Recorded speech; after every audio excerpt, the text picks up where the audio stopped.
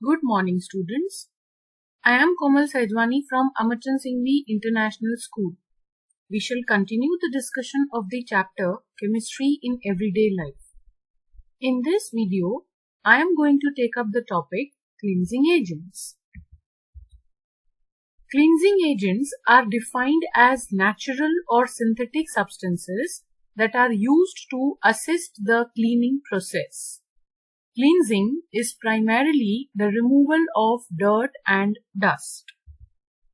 Chemical substances which concentrate or accumulate at the surface of the solution or interface form surface film, reduce surface tension of the solution, and then help in removing dirt and dust by emulsifying grease are called surface active agents or simply surfactants.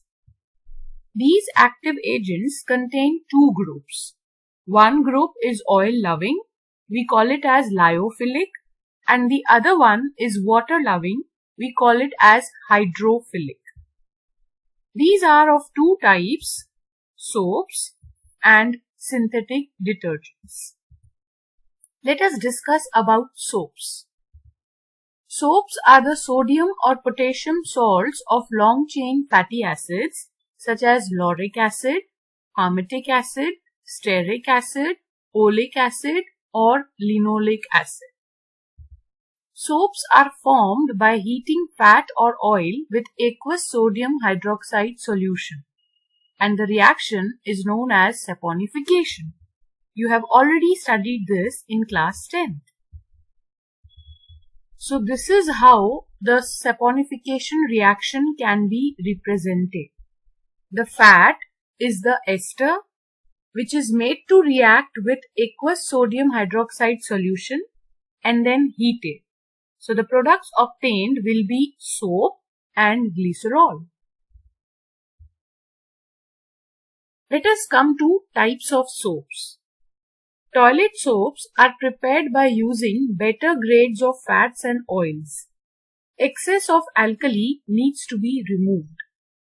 Transparent soaps like Pears are prepared by dissolving soaps in ethanol followed by evaporating the excess solvent. Shaving soaps contain glycerol to prevent rapid drying, and a gum called rosin is added to them. It forms sodium rosinate which lathers well. Medicated soaps are prepared by adding some antiseptics like Dettol, Savlon, etc. Laundry soaps contain fillers like sodium rosinate, sodium silicate, borax, and sodium carbonate.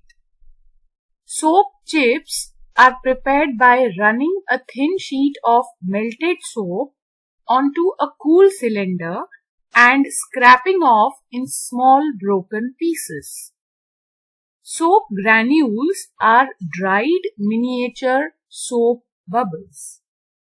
Soap powders and scoring soaps contain some soap and a scoring agent such as powdered pumice or finely divided sand and builders like sodium carbonate and trisodium phosphate.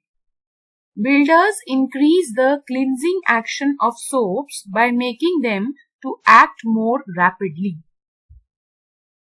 Let us now discuss synthetic detergents. Some cleansing agents have all the properties of soaps, but actually they do not contain any soap. Since these are synthetic substances, they are known as synthetic detergents. They can be used both in hard and soft water as they give lather even in hard water. So students, you need to remember here, soaps do not give lather in hard water, whereas synthetic detergents give lather in hard as well as soft water. These are mainly classified into three categories: anionic detergents, cationic detergents, and non-ionic detergents. Let's now come to the topic anionic detergents. These are so called because a large part of their molecules are anions. And it is the anionic part of the molecule which is involved in their cleansing action. These are sodium salts of sulfonated long-chain alcohols or hydrocarbons. These are mostly used in household work and toothpastes. You can see here lauryl alcohol.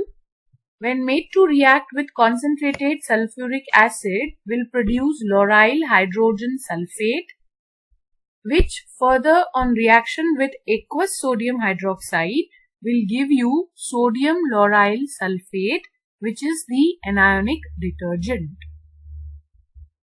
Let's now talk about cationic detergents. These are quaternary ammonium salts of amines with acetates, chlorides or bromides as anions.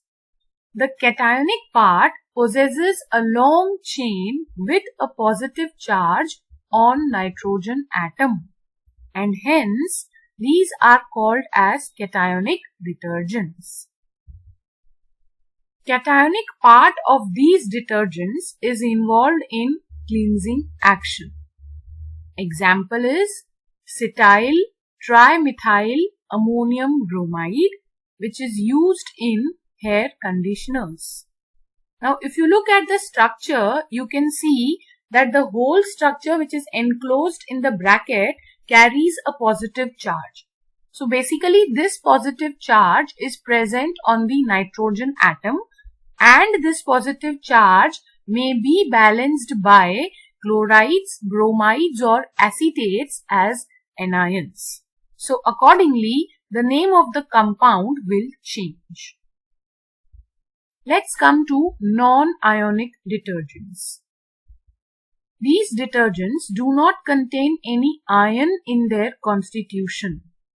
These are esters of high molecular mass alcohols. Liquid dishwashing detergents are of non-ionic type. Like we use Vim liquid for washing utensils. So that is an example of non-ionic detergent. Mechanism of cleansing action of these detergents is same as that of soaps. They also remove grease and oil by micelle formation. Stearic acid is being taken and made to react with polyethylene glycol. So, acid and alcohol will undergo esterification reaction, removal of water molecule occurs and there is an ester getting formed. Let's now see what are the advantages of synthetic detergents over soaps. Synthetic detergents can be used in hard water without any wastage, while some of the soap gets wasted in hard water. Soap, when used along with hard water, forms an insoluble precipitate called scum. So, soap gets wasted there. Synthetic detergents can be used in acidic medium, while soaps make scum in acidic medium. Synthetic detergents decrease the surface tension of water and hence they have a greater or a better cleansing action than soaps. So, these are the three advantages of synthetic detergents over soaps. Let us now discuss what is the disadvantage of using detergents. The main problem that appears in the use of detergents is that if their hydrocarbon chain is highly branched, then bacteria cannot degrade this easily. So, detergents are non-biodegradable.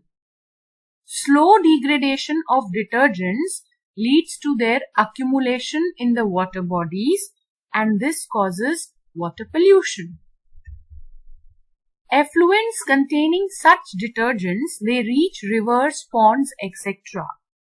These effluents persist in water even after sewage treatment and they cause foaming in rivers, ponds and streams and the water gets polluted.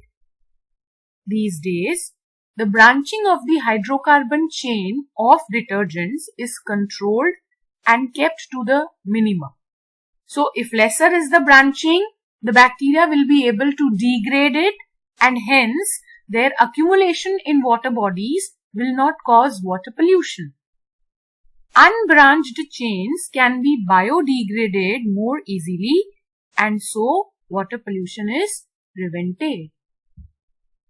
That's all we had to discuss in this video. I hope you are clear with your concepts. Thank you.